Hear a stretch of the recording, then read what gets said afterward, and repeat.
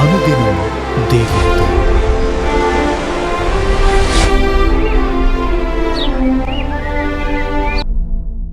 Praise the Lord. అనుదినం దేవునితోనే కార్యక్రమాన్ని చూస్తున్న మీ అందరికీ మన ప్రభు అయిన రక్షకుడైన యేసుక్రీస్తు ఘనమైన నామంలో వందనాలు. ఈ ఉదయకాలం దేవుని వాక్యం చూసుకుందాం. గలతీలకు రాసిన పత్రిక 6వ అధ్యాయం 7వ వచనం. మోసపోకుడి, దేవుడు వెక్కిరింపబడడు. మనుషుడు ఏమి విత్తునో ఆ పంటనే కోయును. ఇవి అంత్య దినాలు. ఎటు చూసినా అక్రమాలు, అన్యాయాలు, అవినీతితో కూడిన కార్యాలు. లోకస్తులు మాత్రమే కాకుండా క్రైస్తవులమని చెప్పుకునేటువంటి వాళ్ళు కూడా అక్రమాలతో నిండి ఉన్నారు, అన్యాయాలతో నిండి ఉన్నారు. లోకస్తుల కన్నా హీనంగా జీవించడం మనం చూస్తూ ఉంటాం.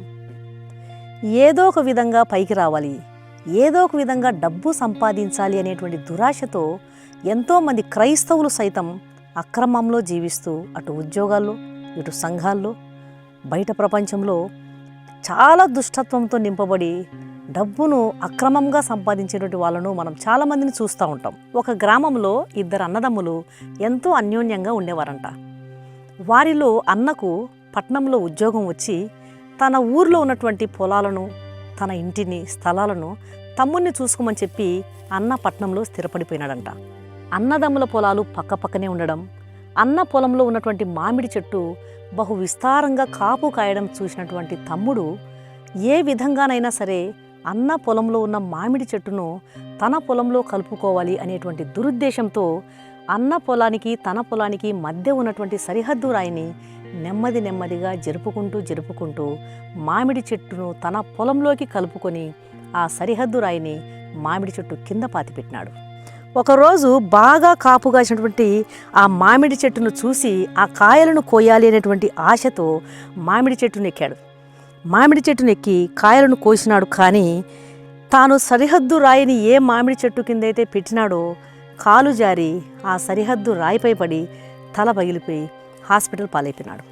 ఒకరోజు బాగా కాపు కాసినటువంటి మామిడి చెట్టును చూసి ఆ కాయలను కోయాలనే ఉద్దేశంతో అమాంతంగా ఆ చెట్టు పైకి ఎక్కాడు.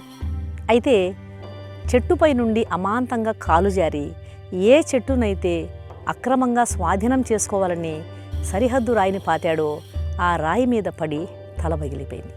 అతని అరుపులు విన్న చుట్టుపక్కల వారు అతన్ని తీసుకుని హడావుడిగా హాస్పిటల్లో చేర్పించారు.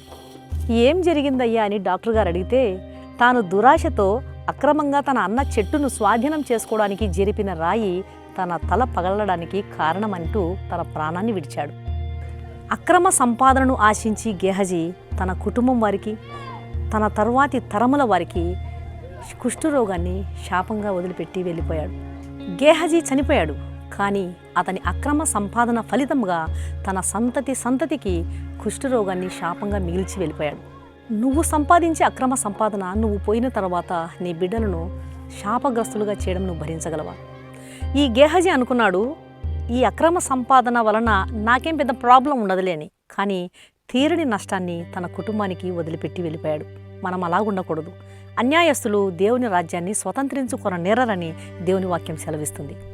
కాబట్టి ఒకని సొత్తు అన్యాయంగా పట్టుకోవడం యెహోవాకు హేయమైనది.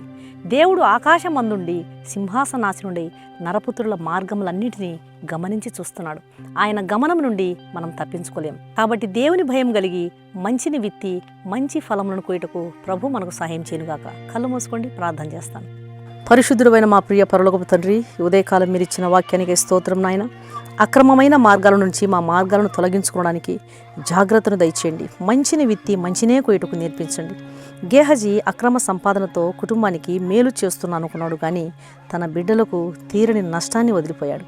అక్రమ సంపాదన, అన్యాయంగా సంపాదించడం కుటుంబాన్ని, సంతతిని నాశనం చేస్తుందని గ్రహించి నిర్దోషంగా నీ మార్గంలో నడవడానికి కృప చూపించండి తండ్రి.